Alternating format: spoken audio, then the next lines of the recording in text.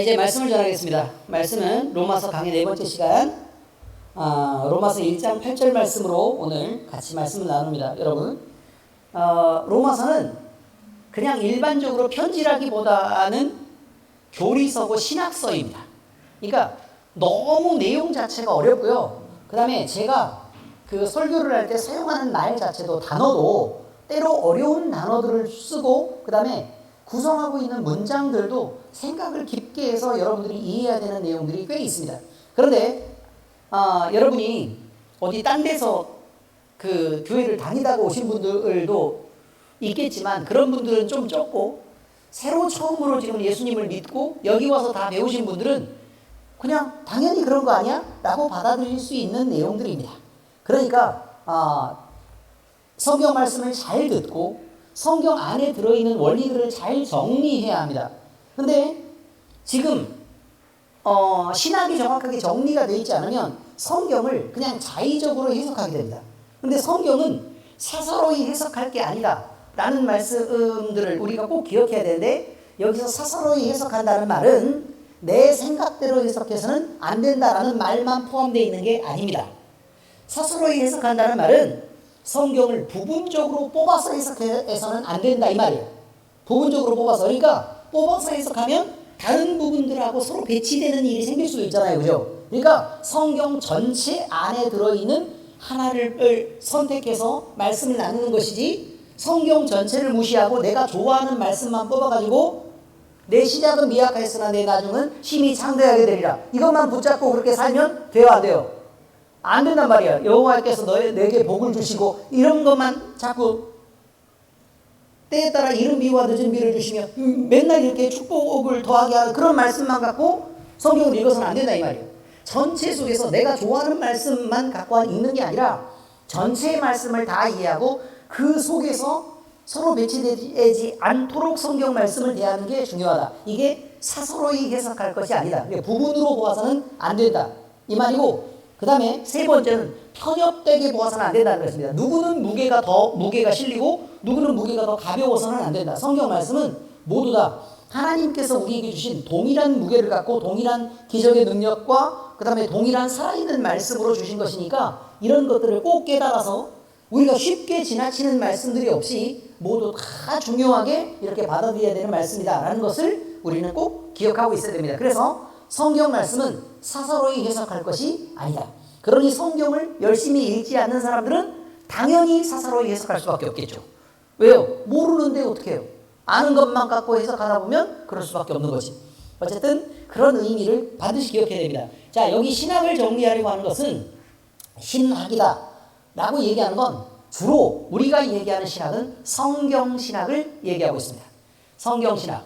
무슨 의미냐면 신학 위에 성경이 서는 게 아니고, 학문 위에 성경이 서서 해석하는 것이 아니고, 성경 안에서 하나님을 무엇이라고 말하고 있느냐, 성경 안에서 예수님을 무엇이라고 얘기하고 있느냐, 성경 안에서 인간은 누구냐, 성경 안에서 그러면 사탄 마귀는 누구냐, 천사는 누구냐, 성경 안에서 죄와 구원은 무엇이냐, 성경 안에서 예수님의 오신다는 재림은 어떻게 이해하고 해석될 수 있느냐라는 것을 모두 다 성경 안에서 보는 것입니다.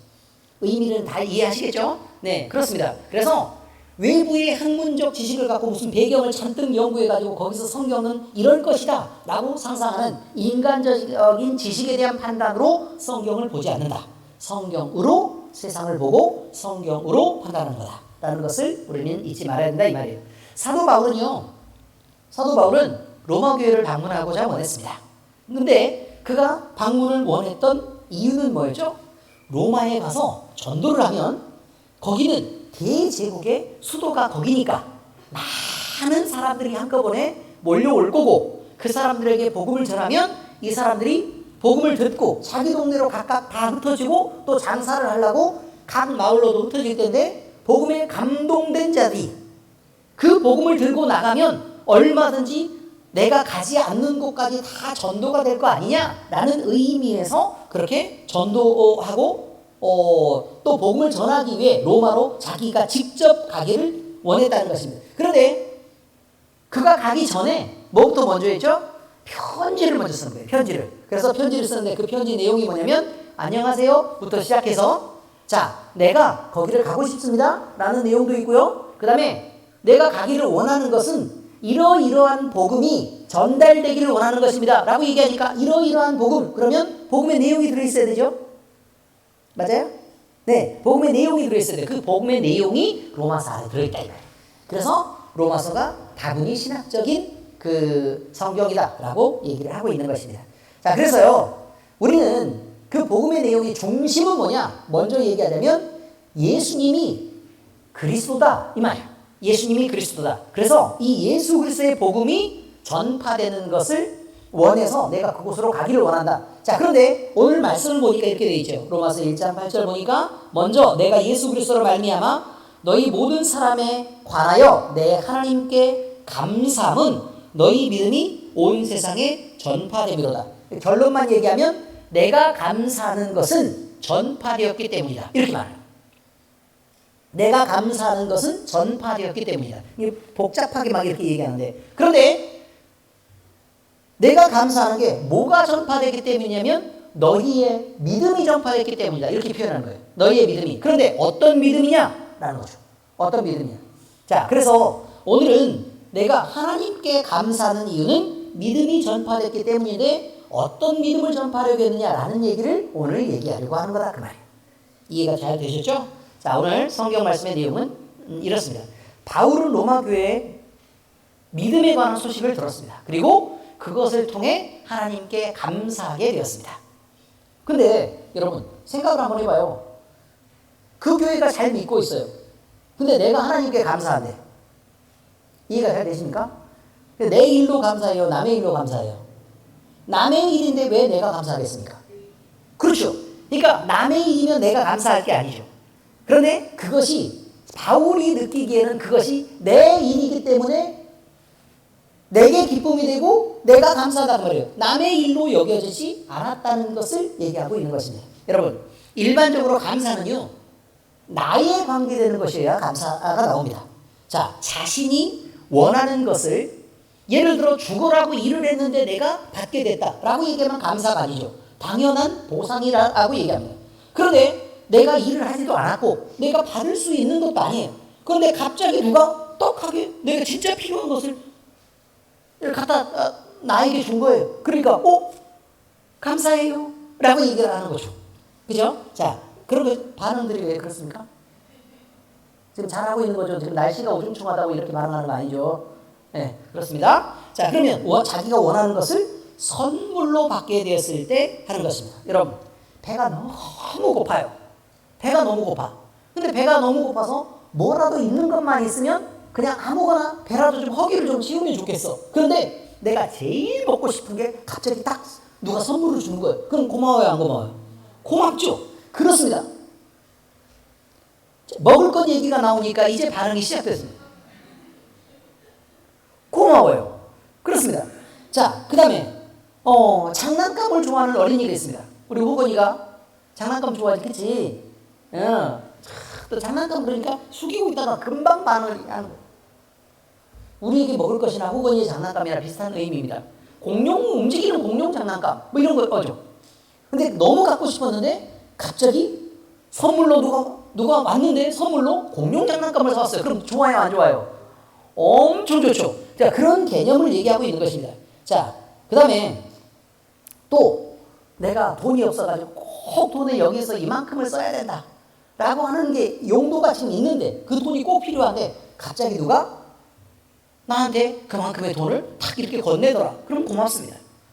자, 그 다음에 내가 무거운 걸 드는데 혼자서 허리가 아파서 들 수가 없단 말이에요. 그런데 옆에 와서 누가 손이라고 무거우신데 제가 같이 들어드릴까요? 라고 해서 들어주면 고마워요, 안 고마워요? 고맙죠. 이런 것입니다. 감사는 이런 거라 이 말이에요. 누군가는 내가 너무 외롭고 그 다음에 대화의 상대도 없는데 옆에 그저 가만히 이렇게 앉더니 그냥 눈인사를 이렇게 건네고 그냥 가만히 옆에 있는데 내가 얘기하는 걸 고분고분 이렇게 쫙 들어주면서 그냥 그러셨군요. 아유 속상하셨겠어요. 이러면서 얘기를 다 들어주는 사람이 있다 이 말이에요. 그리고 제 갈 길을 갔어. 그럼 내 마음이 속이 시원하게 됐어요. 자, 이렇게 해서 사소한 말을 들어주는 것으로도 감사할 수 있고, 특별히 무엇을 주진 않아도 교회 안에서 우리가 생활을 하다 보면 그냥 그저 옆 사람들이 내 옆에서 건강하게 잘 지내는 것만으로도 내가 힘이 나고, 그 다음에 하나님의 은혜를 받고 성령 충만하고, 그 다음에 그들이 회복되는 것만으로도 살아계신 하나님을 내가 느낄 수 있어서 내 믿음이 단단해져 가는 것으로 감사할 수 있게 되는 것도 있다. 그런 말입니다. 바울의 감사는요, 내가 원하는 것을 하나님으로부터 받았기 때문에 드리는 감사였다는 것입니다. 그런데 내가 원하는 것이, 과연 바울이 원하는 것이 무엇이었느냐? 말씀에 따르자면 바울이 원하는 것은 내가 율법과 죄의 권세 아래서 죽어가던 그때에 예수님이 나를 찾아오시고 나를 살려내셨다. 나는 그 그리스도, 이 그리스도의 복음이 온 세상에 전파되는 것이 바울이 원하는 일이었고 그의 삶의 모든 것이었어요.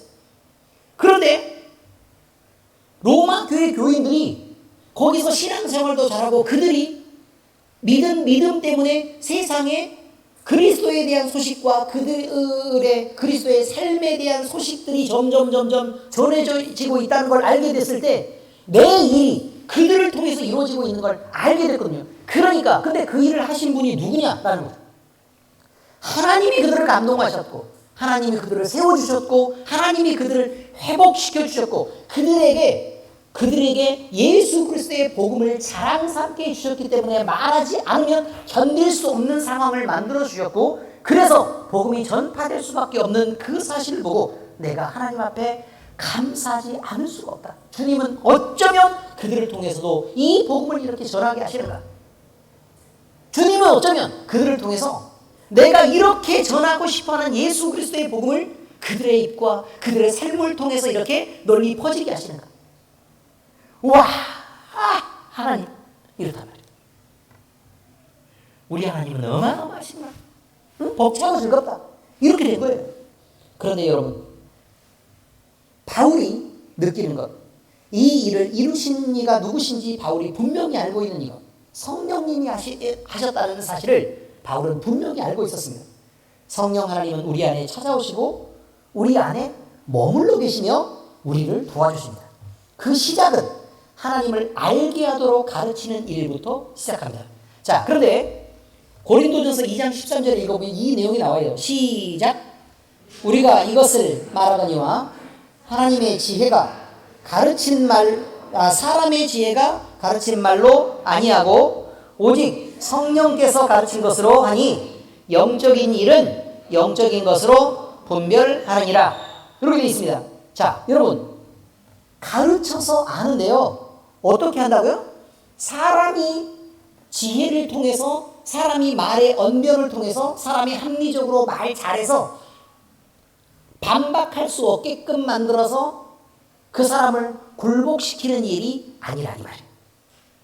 성령 하나님이 영으로 하나님을 가르치시고 영으로 그를 느끼게 하셔서 그를 믿게 하신 것이라 이 말이죠. 그러니까 영적인 일이기 때문에 영적인 것으로만 분별되는 그 일을 하나님이 시작하셨다 이 말이에요. 우리 마음속에서. 자, 이것은 하나님이 영이다 라는 것으로부터 출발합니다. 하나님은 영이시니 예배하는 자가 영과 진리로 예배할지니라. 신령과 진정으로 그거는 그 개역개정판에 있는 거죠. 어쨌든 전 버전에 있는 거예요. 신령과 진정으로. 그런데 사람들이 착각하는 거예요. 신령과 진정으로. 그러면 신령하게 들리면 되는구나. 그 다음에 마음에 진심을 다해서 하라는 얘기구나 라고 착각하는 거란 말입니다. 근데 원어에 보면 어떻게 되어 있는 거냐면 신령함이 아니라 하나님이 영이시기 때문에 영으로 예배해야 된다라는 말이고, 그 다음에 진정으로의 뜻은 진리 안에서, 다시 말해서 하나님이 주신 성경 말씀 안에서 가르친 것으로 예배해야 된다 이 말. 그러니까 하나님을 예배할 때는 내 마음에 정한수를 떠놓고 목욕을 깨끗이 하고 머리를 곱게 빗은 다음 하얀 수복을 입고 새벽에 뒤에 마당에 나가서 아파트 베란다에 나가가지고 거기서 맨날 절하면서 하나님 비 없나니 우리 자식들을 복을 주시고 돈 많이 벌게 해주시고 이렇게 하는 것은 소용이 없다 이 말입니다. 아무리 정성을 들여도 성경 말씀에서 이렇게 예배해라 라는 방식으로 예배를 해야지 자기들이 가진 정성으로 하나님 앞에 나아가는 것은 소용이 없다 이 말이에요. 하나님이 예배하게 하시는 그 예물은 뭐밖에 없느냐, 너희는 예물을 들고 하나님 앞에 나오라. 알겠어요? 그리고 너희 자신을 하나님의 것으로 구분해라. 요 두 가지가 분명히 있어야 됩니다. 하나님의 것으로 구분하고 나서 내 자신은 하나님의 것인 사람이 예배할 수 있는 거예요. 그 다음에 또 하나님의 것으로 구분된 다음에 뭘 준비해야 된다고요? 그렇지, 예물을 준비해야 돼. 그 예물은 누구죠? 예수 그리스도예요. 예수 그리스도. 그 예수 그리스도를 통해서만 우리가 예배할 수 있다는 사실을 우리는 알아야 되는데 사람은 쓸데없이 정성스러워요. 아시겠습니까? 그런데 우리가 온전히 하나님의 것으로 구분됐다는 말은 그 정성이라는 내용이 포함되는 것입니다. 진실함도 포함되는 것입니다. 성결함도 포함되는 것입니다. 그래서 죄와 함께 연합해서 살다가 하나님을 예배할 수 없다고 성경은 얘기하는 것입니다. 그 모든 것들을 다 포함하고 있다 이 말이에요. 어쨌든 사람의 지혜로 하는 것이 아니고 영으로 하나님을 만나야 하고 그 다음에 말씀 안에서 하나님을 만나야 되는 것입니다. 그런데 자 여러분, 육신으로 살던 사람은요 영적인 감각이 있을 수가 없습니다. 그래서 하나님을 말해도 마치 스쳐 지나가는 것처럼 아무것도 느낄 수가 없습니다. 왜냐하면 육신의 감각은 영을 느낄 수 없기 때문에 그렇습니다. 그런데 하나님의 성령이 우리에게 찾아오시고 우리 안에서 영적인 감각을 느끼게 하신다 이 말이에요. 영이 우리 안에 있을 때, 성령이 우리 안에 있을 때만 우리는 영적 감각이 있을 수 있습니다. 그래서 그 영적 감각을 가지고 하나님을 느끼고 하나님을 배우고 한 사람들은 그때부터는 하나님이 말씀하시면 하나님이 내게 말씀하셨네 라고 지나가지 않고 여기서 딱 걸려서 부딪힙니다. 그래서 마음에 찔림이 생기기도 하고 또 마음에 감동이 생기기도 하고 마음속에 불편함들이 생기기도 합니다. 그리고 마음속에 기쁨이 생기기도 하고 벅찬 즐거움으로 마음속이 채워지기도 합니다. 이것이 영적인 감각들입니다. 그래서 영이신 하나님을 우리가 알고 느끼고 이해하고 배우려면 반드시 누가 계셔야 된다고요? 성령 하나님이 우리 안에 계셔야만 한다라고 이해하고 있는 것입니다. 자, 그런데요, 이렇게 하나님이 오셨을 때 이제 믿음이 시작됩니다. 그런데 이 믿음의 시작은 사람이 납득되어지도록 설명되는 그것을 이해시키는 것으로 시작되는 것이 아닙니다. 못 알아듣겠죠? 이해됐어요? 사람이 납득되도록 사람에게 설명하는 것으로 믿음이 시작되는 게 아니라 육체적인 감각이나 육체적인 사고를 납득하고 설명할 수 있도록 믿음은 설명되는 것이 아니라는 겁니다.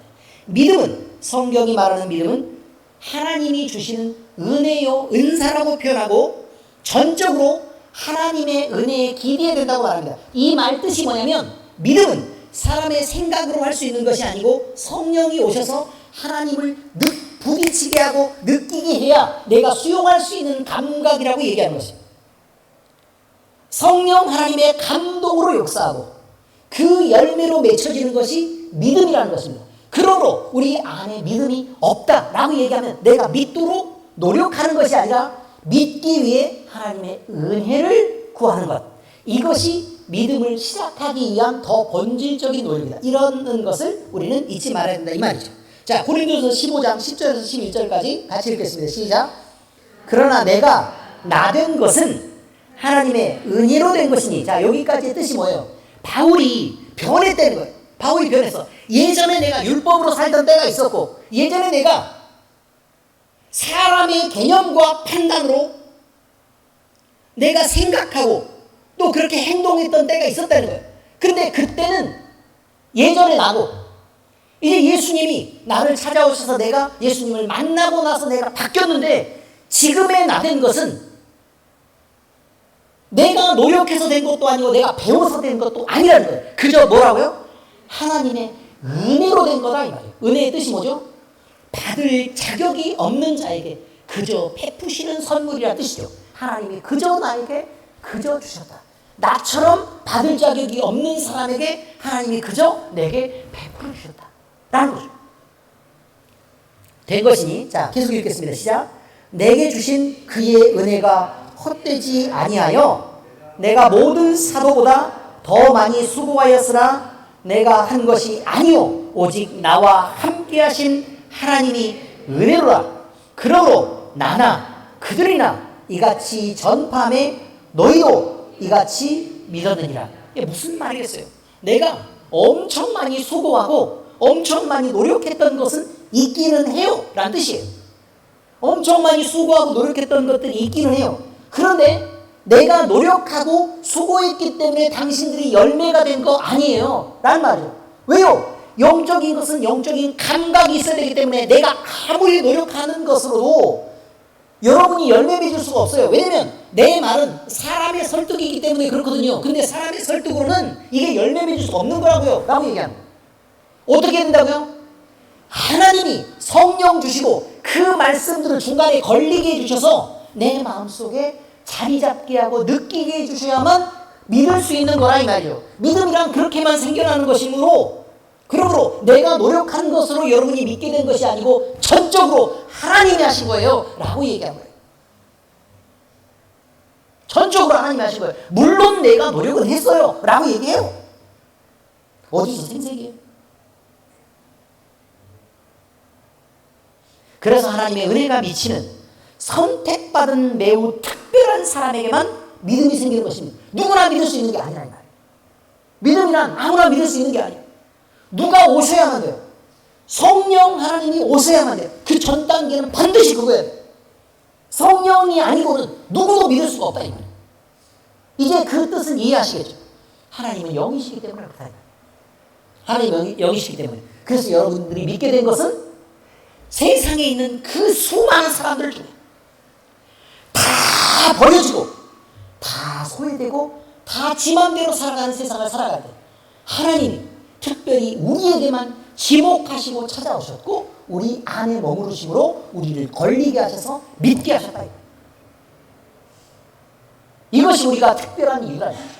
만약에 우리의 가치를 매겨서 소중해지는 것이라면 우리는 우리 자신이 잘나서 또 예뻐서 또 뭘 가졌기 때문에 이렇게 같이 있어진다 라고 얘기하는 건 세상적인 악으로 이게 부스러기를 갖고 이렇게 하는 거예요. 이런 각종 부스러기들을 많이 갖고 있는데 그것들은 털면 털리는 것이고 그 다음에 가만히 냅두고 시간이 지나면 낡아지는 것이고 썩어지는 것이라고 성경은 얘기해요. 그래서 아무 의미도 없는 거라고 말합니다. 그러나 우리 안에 있는 예수 그리스도는 생명을 살리는 능력이 있고 하나님을 만날 수 있도록 중보자가 되시고 그러니 여기 안에 있는 이 보배를 도대체 어쩌면 좋은가 라는 말에 대한 얘기를 계속하고 있는 거예요. 네. 자, 데살로니가후서 3장 2절 말씀 같이 읽습니다. 시작. 또한 우리를 부당하고 악한 사람들에게서 건지시옵소서 하라. 믿음은 모든 사람의 것이 아니니라. 여러분 세상 속에서는요 많은 사람들이 공평하다고 행동하는데 다 부당합니다. 누가 공평한 사람이 있습니까? 여러분 공평을 원합니까? 여러분의 남편이 밖에 나가서 시비를 붙었어요. 내가 공평하기를 원하십니까? 뭘 원해요? 내 편 들기 원하죠. 그리고 다른 사람에게 묻죠. 남편이 내 편 응? 아무리 이름은 남편이지만 그래도 내 편이어야 되는 거 아니야? 라고 얘기를 하겠죠. 그죠? 그럼 다른 사람도 그때는 뭐라고 대답해요? 그럼 얼마나 화났겠어? 라고 대답하겠죠. 마치 그 자리에 있었던 것처럼.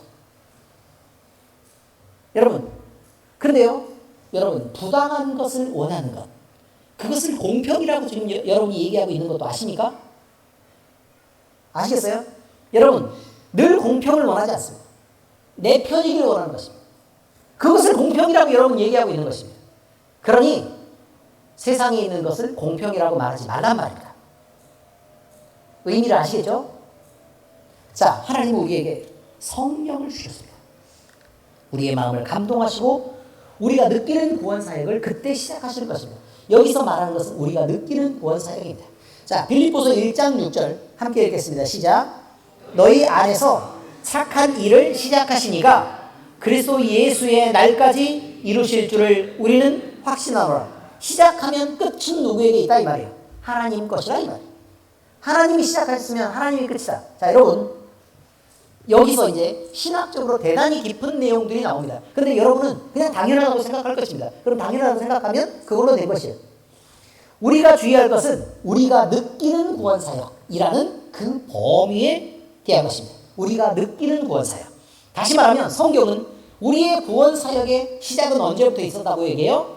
태초부터 하나님이 우리를 택정하시고 미리 아신 바 되어서 우리를 정하셔서 우리를 돕고 계신다라고 말씀하세요.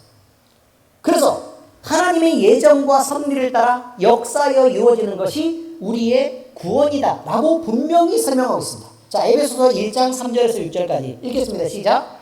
찬송하리로다 하나님 곧 우리 주 예수 그리스도의 아버지께서 그리스도 안에서 하늘에 속한 모든 신령한 복을 우리에게 주시되 곧 창세 전에 그리스도 안에서 우리를 택하사 우리로 사랑 안에서 그 앞에 거룩하고 흠이 없게 하시려고 그 기쁘신 뜻대로 우리를 예정하사 예수 그리스도로 말미암아 자기의 아들들이 되게 하셨으니 이는 그가 사랑하시는 자 안에서 우리에게 거저 주신 바 그의 은혜의 영광을 찬송하게 하려는 것이라. 여기서 끊어읽기가 잘못되면 이상해져요. 이는 그가 사랑하시는 자 안에서 우리에게 거저 주시는, 그렇게 말하면 안 돼요. 이는 그가 사랑하시는 자 안에서 라고 읽어야 돼요. 그러면 그가 사랑하시는 자는 누구예요? 예수 그리스도예요. 이는 그가 사랑하시는 자, 하나님이 사랑하시는 자, 예수 그리스도를 말해요. 그래서 이는 그가 사랑하시는 자 안에서, 그럼 범위가 너무 넓어져 버려요. 이는 하나님이 사랑하시는 자, 그러면 우리 몽땅 다 들어가요. 근데 그 말이 아니고 이는 그가 사랑하시는 자 안에서 라고 말하는 거예요. 그러니까 끊어읽기를 잘해야 된다고. 이는 그가 사랑하시는 자, 누구요? 예수 안에서 우리에게 거저 주시는 바 그의 은혜의 영광을 찬송하게 하려는 것이라. 거저 주시면서 선물로 우리에게 주셨는데 그가 얼마나 우리에게 좋은 것을 베푸셨는지 우리로 노래하고 영광을 돌리게 하려 합니다. 이런 뜻입니다. 그렇습니다. 여러분, 그런데요, 창세 전부터 예정하시고 또 섭리하셔서 우리에게 역사하는 그 믿음은 우리가 지금 믿는 시점을 이렇게 시간을 두고 보았을 때 우리는 여기서 응애하고 태어나가지고 이렇게 해서 여기서 예수님을 믿는 시점이 시작되고 이렇게 점점 변화된 삶을 살기 시작해서 여기는 더 좋은 그리스도인이 되게 하시는 이런 걸로 지금 성장해 나가고 있는 중이에요. 이해가 되시죠? 여기 믿는 시점을 기준으로 하자면 이 이전의 삶이 어떠했느냐는 거죠. 이전의 삶. 우리가 태어나가지고 요 이전의 삶은 하나님도 없고 또 세상 속에서 온갖 괴로움을 당하고 사탄 마귀의 세력 속에서 억눌리고 짓밟히고 살아가고 거의 죽음이 삶인 것처럼 살던 그런 삶이 아니었느냐 이런 거죠. 근데 그럼에도 불구하고 이때도 하나님이 섭리하고 계실까요? 안 하고 계실까요? 이미 하고 계신다는 거예요. 그들이 구원받았던 건 하나님이 믿고 나서 섭리하신 게 아니라 믿기 전에 섭리하셨으니까 믿기 전에 섭리하시고 성령을 주시고 그래가지고 그 믿음으로 하나님을 감각하게 하시고 새로워지게끔 하는 단계를 밟아간다는 거죠. 의미는 이해가 잘 되십니까 지금?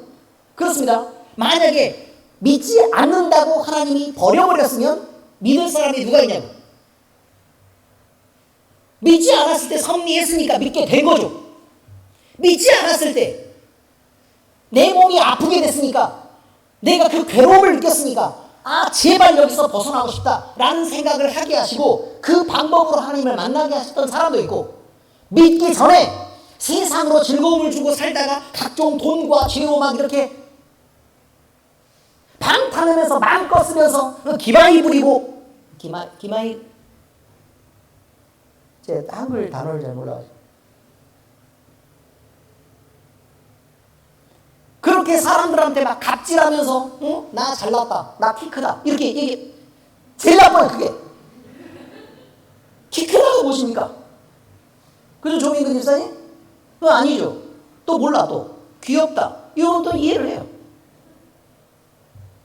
그렇게들 잘난 척하고, 또 좋은 옷을 입었다. 좋은 차를 탄다. 그게 뭐 어땠어요? 자동차 몇 년 되면 폐차할 거예요, 그거. 그렇지 않습니까?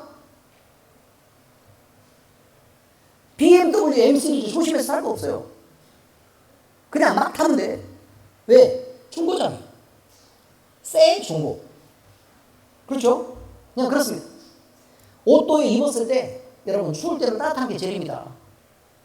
사람들을 볼 때 잘난 척 하려고 그렇게 입는 거죠. 지금 이게 우리가 지금 생각할 때는 세상적으로 그렇게 빠져서 살아갈 때 그것이 즐거움인 줄 알았지만 사실은요, 누가 쳐다봐 줄 사람이 없으면 그거 아무것도 아닌 것입니다. 결국 사람에게 자랑하려고 그렇게 이것저것을 다 챙겨서 나는 이래, 나는 이래, 나는 이래를 반복하고 있는 것입니다. 그런데 여러분, 그 안에 있는 상실감이라 이루 말을 할 수가 없습니다. 채워도 계속 목마른 것이 세상입니다. 벌어도 계속 벌어야 되는 게 세상이고, 써도 계속 쓸 것이 넘치는 게 세상입니다. 아무리 써봐요. 여러분이 가진 것을 다 쓸 수 있는지. 결국요, 돈 많다고 자랑하는 사람이 쓰지 못하고 움츠리고 아껴야 되는 그 상황이 계속 생겨요. 돈 자랑 잔뜩 했는데 누가 그러면 그렇게 돈 많으면 나 좀 줘봐 라고 얘기할 때 줄 수 있어요? 못한다고요. 근데 우리처럼 가진 거 없는 사람은 뭐 좀 줘봐, 마음껏 써 하고 줄 수 있어요. 왜요? 다 줘봐야 별거 없으니까. 뭐 그다지 큰 손해도 아니고. 이런 것입니다. 여러분,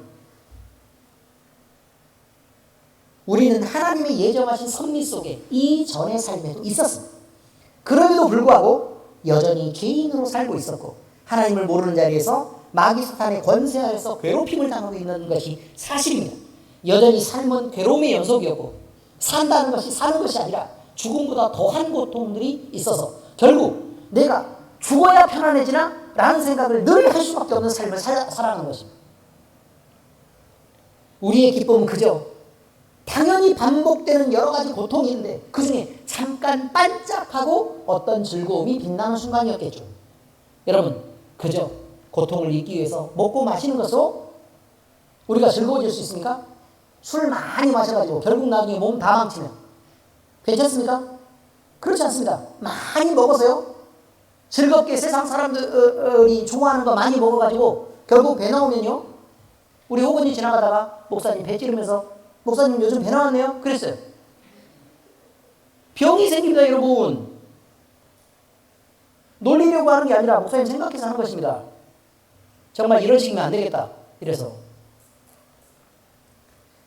그때는 우리는 하나님을 몰랐고 죽은 우상을 살아있는 것처럼 섬기며 곧 없어지고 심판을 받을 세상을 우리가 마치 영원한 것처럼 섬기는 것이 우리의 전부였습니다. 육신으로 살던 우리는 당연히 영적인 감각도 없고 하나님을 느낄 수 없는 상태로 살았던 것입니다. 그런데 짜잔, 하나님의 손길이 펼쳐지며 우리를 향해 도움의 손길이 내려오기 시작했습니다.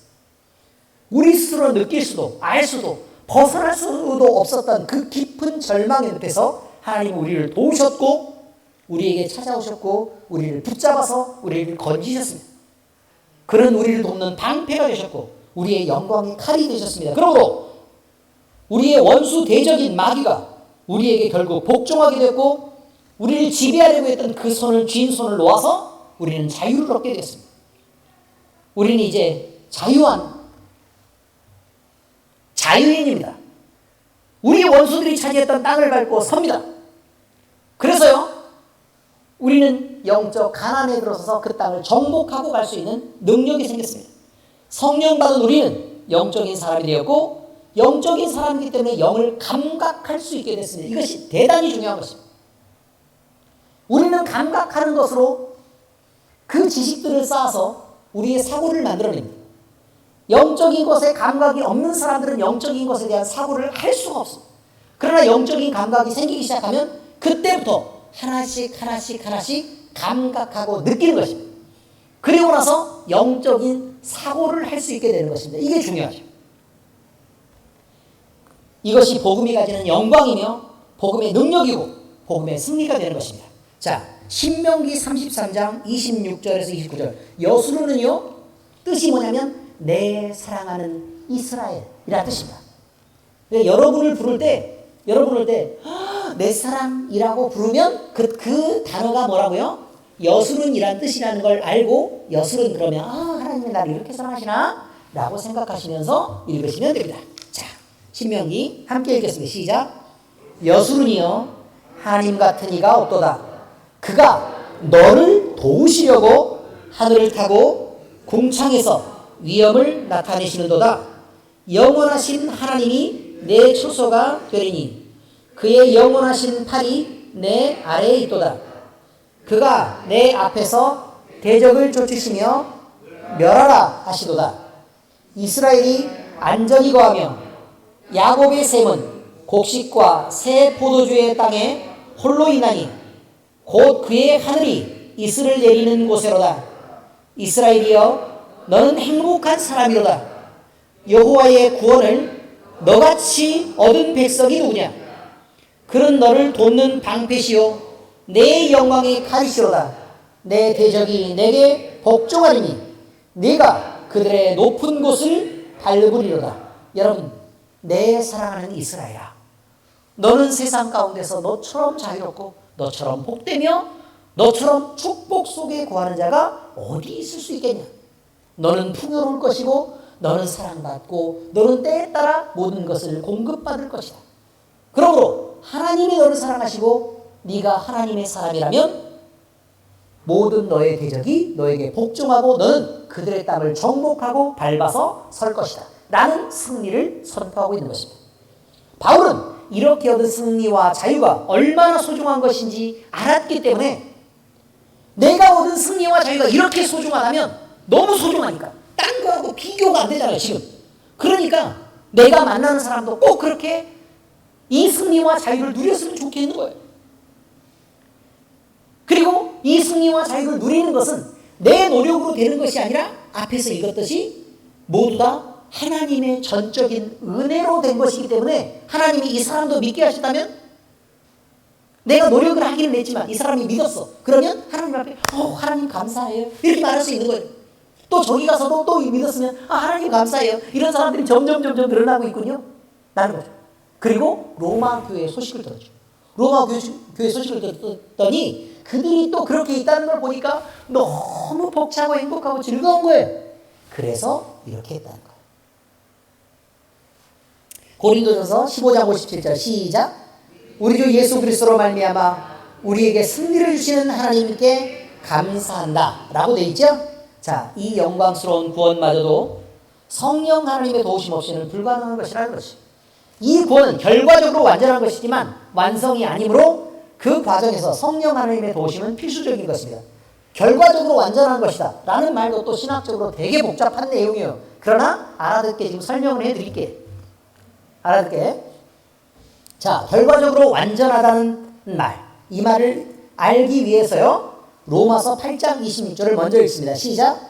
이와 같이 성령도 우리의 연약함을 도우시나니 우리는 마땅히 기도할 바를 알지 못하나 오직 성령이 말할 수 없는 탄식으로 우리를 위하여 친히 간구하시느니라. 자, 여기서 등장하는 것이 뭐냐면 하나님의 의라는 거예요. 자, 따라서 해보세요. 하나님의 의.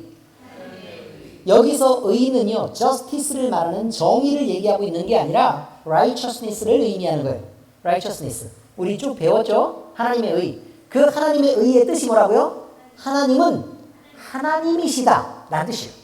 그 말 속에는 너무너무 많은 내용이 포함되어 있어요. 하나님은 하나님이시다. 자, 하나님은 변해요? 안 변해요? 안 변해요. 안 변해요. 하나님은 천년이 하루 같고 처음과 끝이 동일하시고 변할 수가 없어요. 하나님은 안 변해요. 하나님의 속성이 그렇다는 거예요. 하나님의 속성. 자, 그 다음에 하나님은 이겨요, 져요? 몇 퍼센트요? 100%. 하나님은 질 수 없는 것도 하나님의 속성이에요. 그 다음에 하나님은 약속을 주시는데 그 약속의 말씀을 지켜요, 안 지켜요? 지켜요. 몇 퍼센트나 지켜요? 100%를 지킨다고 말합니다. 자, 그러면 자, 우리가 만약에 연약한 사람의 모습으로 있었을 때, 사람이 아무리 믿음이 좋다고 해도 사람은 죄인이기 때문에 편협되고 왜곡되고 자꾸 잊어버리는 건망증이 심하고 자기 고집이 있고 내 편을 들고 나를 위해서 해주면 좋아하고 또 공평하면 싫어해요. 이해가 잘 되셨어요? 그렇다 이 말이에요. 그러면 사람이 믿는다고 얘기했을 때, 자, 지금부터는 성령 하나님이 우리를 감동하셔서 너는 이제 영적 감각이 있으니까 지금도 믿음이 엄청 좋고 영적 감각도 있고 너는 막 은사도 받고 그랬으니까 자, 지금부터는 네가 알아서 잘해서 구원까지 도착해야 돼 라고 우리에게 그 모든 경로를 하나님이 가르쳐 주시고 그냥 우리 편에 맡겨놨다 이거. 우리는 100% 약속을 지킬 수 있어요, 없어요? 없어요. 우리가 다짐했던 헌신을 지킬 수 있어요, 없어요? 없어요. 우리는 늘 흔들리지 않고 받을 수 있어요, 없어요? 없어요. 그렇기 때문에 사람 편에 맡겨놓으면요, 구원까지 이룰 수 있는 사람이 단 한 명도 존재하지 않는다라고 말해요. 의인은 없나니 하나도 없으며 라는 말이 그런 뜻이에요. 의미가 이해되셨습니까? 자, 그러면 사람의 행위에 의존하는 구원이라면, 표현 자체를 잘 이해하시겠죠? 사람의 행위에 의존하는 구원이라면, 그래서 그 열매를 요구하는 것이 구원이라면 우리는 구원받을 수 없다가 성경의 결론이라니. 우리는 구원받을 수 없다. 그런데 이 구원을 어디에 근거하고 있느냐는 것, 사람의 행위에 근거하는 게 아니라 하나님의 은혜와 열심과 하나님의 속성에 근거하는 것이 구원이라고 말해요. 다시 말하면 하나님이 우리가 이미 죄인이었을 때 약속했다는, 죄인이었을 때, 우리가 의인이었을 때 약속한 게 아니라 죄인이었을 때 너 구원하기로 작정했어 라고 이미 말씀하셨다는 거예요. 그럼 하나님의 말씀하셨기 때문에 하나님이 뭐라고 말씀하셨느냐? 내가 너를 돕겠다 라고 말씀하셨어요. 내가 성령을 주고 내가 너를 돕겠다. 그래서 결국 구원받게 하겠다라고 약속하셨단 말이에요. 그러면 우리는 실패할 수 있으나 하나님은 실패할 수 없기에 그 말씀에 근거하고 약속에 근거하면 우리의 구원은 중간에 우리가 엄청 많이 흔들리고 넘어지고 실패하고 좌절하고 하나님을 배신해서 떠날 수도 있고 그 다음에 중간에 맞고 돌아올 수도 있고 이렇게 한다는 얘기예요. 그러나 결국 그것이 실패로 끝날 거다? 그렇지 않을 거다. 그렇지 않을 거다. 무엇 때문에요? 우리가 나중에 잘할 거기 때문에? 아니라고. 그게 아니라고. 우리가 잘해서가 아니라 하나님이 약속하셨고 하나님의 열심으로 우리를 도우실 것이기 때문에 그렇다는 거예요. 하나님이 약속하신 것을 하나님이 못 이루거나 실패한 적이 없으니까요. 하나님은 그렇게 능력이 있으신 분이고 하나님은 처음과 나중에 동일하신 분이니까. 그러므로 우리는 지금 현재 조금 흔들리고 있고 망해가고 있고 지금 현재 좌절하고 있고 넘어지고 있어도 실망할 것이 없다고. 왜? 하나님은 반드시 우리를 지키실 것이기 때문에. 우리는 그냥 사람이 아니에요. 어마어마한 하나님의 자녀라고. 이 어마어마함에 대한 이해가 잘 안 돼서 그러지 어마어마하다는 거예요. 이게 표현이 잘 안 되네. 말로. 의미는 이해되셨습니까? 그러므로 자, 제가 표현한 건 이렇게 돼 있어요. 우리의 구원 결과적으로 완전한 것이지만 완성이 아니므로. 이해됐어요? 안 됐어요? 완전한 것이라. 완전한. 이미 완전한 것이라. 왜요? 누구의 근거였기 때문에? 하나님께 근거했기 때문에 완전한 것이죠. 그러나 사람의 연약함 때문에 완성된 것은 아니다. 그 과정을 걸어야 한다는 거예요. 그럼 우리가 결국 우리 마음대로 해도 구원받을 것이기 때문에 우리는 우리 마음대로 해도 괜찮냐? 이거죠. 이제 그 말은 로마서 뒤편에 나와요. 뒤편에. 그럼 다음을 위해서 제가 이 정도에서 잘라주는 것이 괜찮지요? 텔레비 봐서 드라마를 보면 이 정도가 가장 적당한 것을 하다는 걸 우리가 알 수 있습니다. 자, 그러는데요.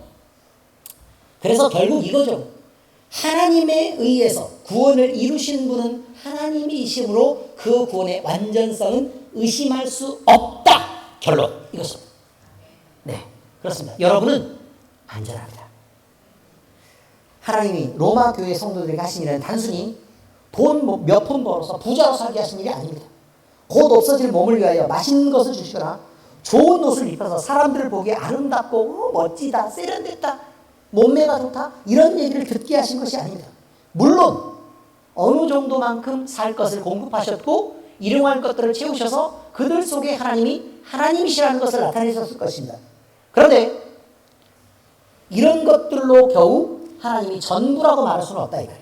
하나님은 하나님이 계획하시고 하나님이 섭리하시는 가운데 있는 그 놀라운 역사를 그들에게 펼치셔서 그들 마음속에 성령을 주셨고 그 성령의 감동으로 하나님을 느끼고 배우게 하셨고 그래서 그 배움을 통해 알게 하셨고 안 하나님을 영광스럽게 여기고 섬기게 하시는 일까지 가게 하셔서 그 그리스도인의 그리스도인된 소문이 그들을 중심으로 다른 온 세상에 퍼지게 하셨다는 것.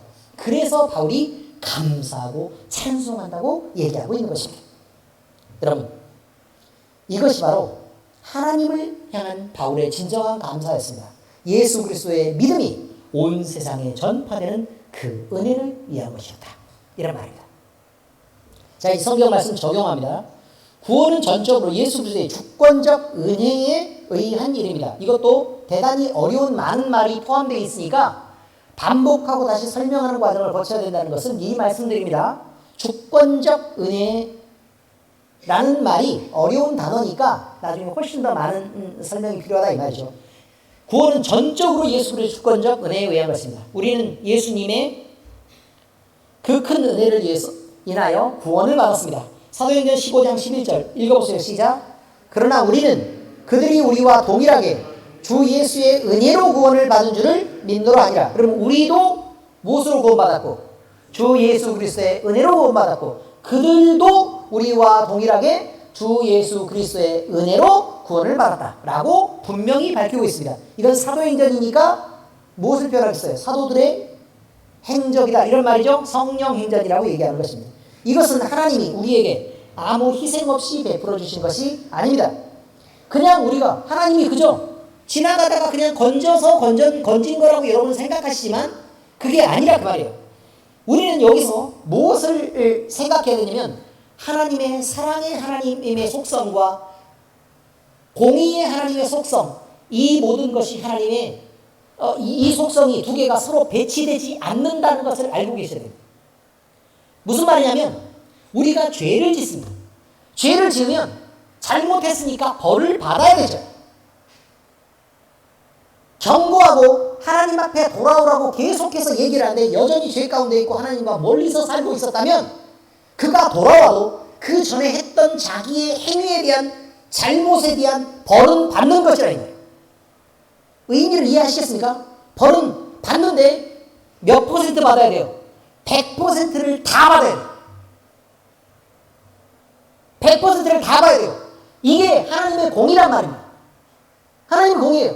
내가 죄를 지은 순간, 내가 하나님과 멀어지는 순간, 하나님을 배신하고 떠났던 순간, 세상을 중심으로 알고 세상을 목적하고 살았던 그 모든 것에 대해서 나는 그 벌을 다 받아야 된다 그 말입니다. 이게 하나님의 공입니다. 단 하나도 이해받고 용서받을 수 없습니다. 이 반대편에서 하나님의 사랑이 작용합니다. 우리가 다 받으면 살아요, 못 살아요? 못 살죠. 못 살죠. 그래서 예수님께 그 받을 벌을 덮어 씌우는 것입니다. 짐을 덜어내서 예수님께 덮어 씌우는 거예요. 그러니까 예수님은 채찍에 맞아야 되고 미움을 받아야 돼요. 온갖 사람들의 비난을 받으면서 그가 잘못하지 않았음에도 그는 마치 잘못한 사람처럼 그가 죄를 짓지 않았음에도 그는 마치 죄를 지은 사람처럼 그가 죽을 일이 아니었는데도 불구하고 그는 죽어야 했던 것처럼 하나님은 그에게 뒤집어 씌웠다는 것입니다. 그리고 그를 죽였습니다. 누구 때문에 죽었냐 이 말이에요. 우리 때문에 그런 것입니다. 우리 때문에. 우리가 받을 수 없기 때문입니다. 일부는 우리가 받습니다. 그건 공의 때문이 아니고 하나님이 우리를 가르치시기 위해서입니다. 죄를 지었어요? 하나님을 두려워할 거 없습니다. 아무리 벌을 받아도 하나님 품으로 파고들어야 됩니다. 뭐하고 똑같은 거냐면 우리 애가 잘못을 했습니다. 그런데요, 끝까지 자기가 옳다고 버티면서 잘못했어 라는 말 한마디를 해주길 바라는데 안 하고 끝까지 버팁니다. 그럼 결국 부모는 방바닥을 내치면서 응? 얼마나 혼나야 돼? 이거 혼나는 거야 라고 얘기를 계속합니다. 그래도 얘가 버티고 절대로 잘못했다고 안 합니다. 어쩔 수 없이 매를 들고 그 종아리를 때릴 수밖에 없는 상황이 생깁니다. 여러분. 바뀌지 않으니까요. 근데 옳은 것을 가르쳐야 되니까. 그러면서 고집을 피우면서 나중에 뭐라고 얘기하는 줄 아십니까? 내가 그 얘기를 들으면서 정말 답답하고 가슴이 섬뜩했던 게 사람들이요, 우리 아버지가 나를 사랑했답니다. 매 한 번도 안 들고 내가 잘못했어도 나를 가르치기 위해서 나를 혼내지 않았답니다. 나는 아버지한테 한 번도 진 적이 없대.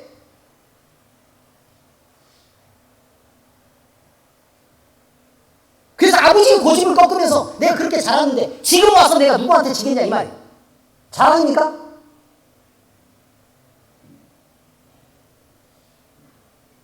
그걸 자랑을 하고 있어요. 교회 와서.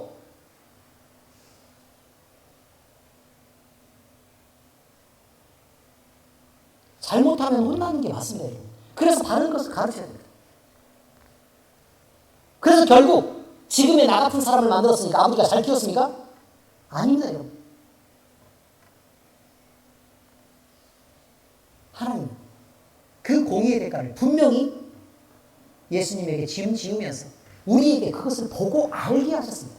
너 대신 네가 잘못한 것 때문에 너 대신 예수 그리스도가 죽어야만 했다는 걸 가르치는 것입니다. 그런데 사람들은 그 예수 그리스도를 자꾸 무시합니다.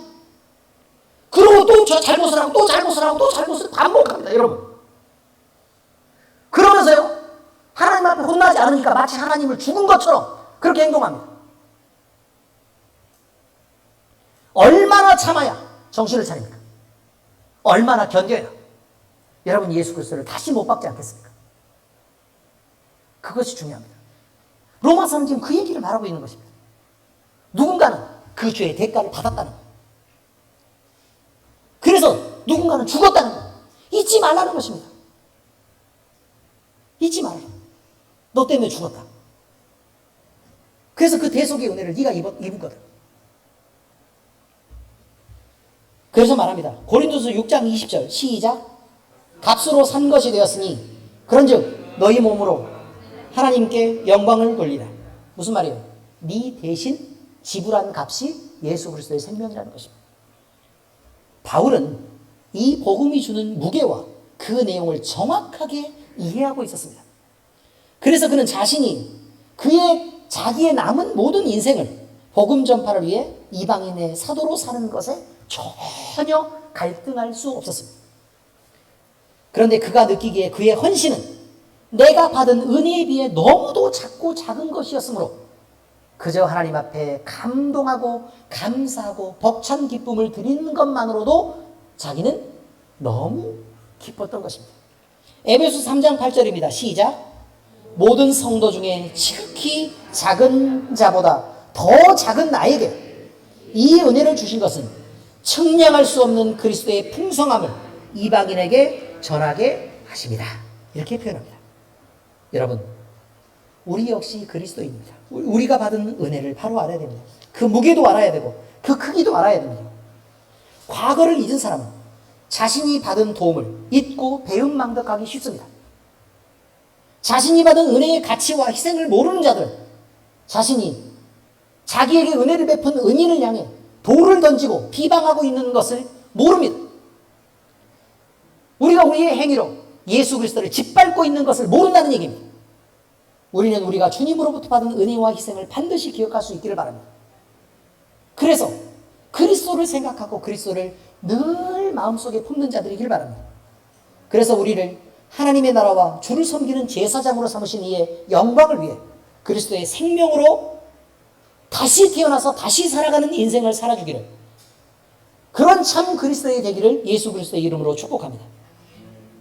우리 주 예수 그리스도의 은혜가 우리 모두와 함께 하시기를 빕니다. 기도하겠습니다. 하나님 아버지, 우리는 그저 살아가면서 우리가 온갖 잘못을 저지르는 그때에 그저 우리가 우리에게 해가 되지 않을까, 또 우리에게 피해가 가지 않을까, 또 우리가 고생을 하지 않을까를 두려워하며 하나님을 두려움으로 만납니다. 그러나 아버지 하나님, 우리 하나님은 그 두려움을 모두 다 예수 그리스도에게 짐지웠습니다. 그래서 아버지 하나님, 예수님이 고통당하게 하셨고, 예수님이 외면받게 하셨고, 예수님을 욕먹게 하셨고, 예수님을 십자가에 못 박아 죽게 하셨습니다. 아버지 하나님이여, 그 큰 은혜를 받은 우리가 이제 아버지 하나님 배은망덕한 자로 살지 않기를 원합니다. 우리가 주님을 기억하고 주님을 생각하고 주님을 사랑할 때에 우리가 받은 이 온전한 구원이 하나님의 은혜로 되고 예수 그리스도의 희생으로 이루어진 것임을 절대로 잊지 않고 살게 하시옵소서. 이제 우리는 결단합니다. 복음의 가치를 알고 살겠습니다. 또 복음에 순종하며 그 복음을 위해 우리의 인생에 남은 것을 드리겠습니다. 아버지 하나님이여, 우리의 마음을 받으시고 우리의 헌신을 통해 주님이 영광 되시옵소서. 살아계신 우리 주 예수님 이름으로 감사하며 기도합니다. 아멘.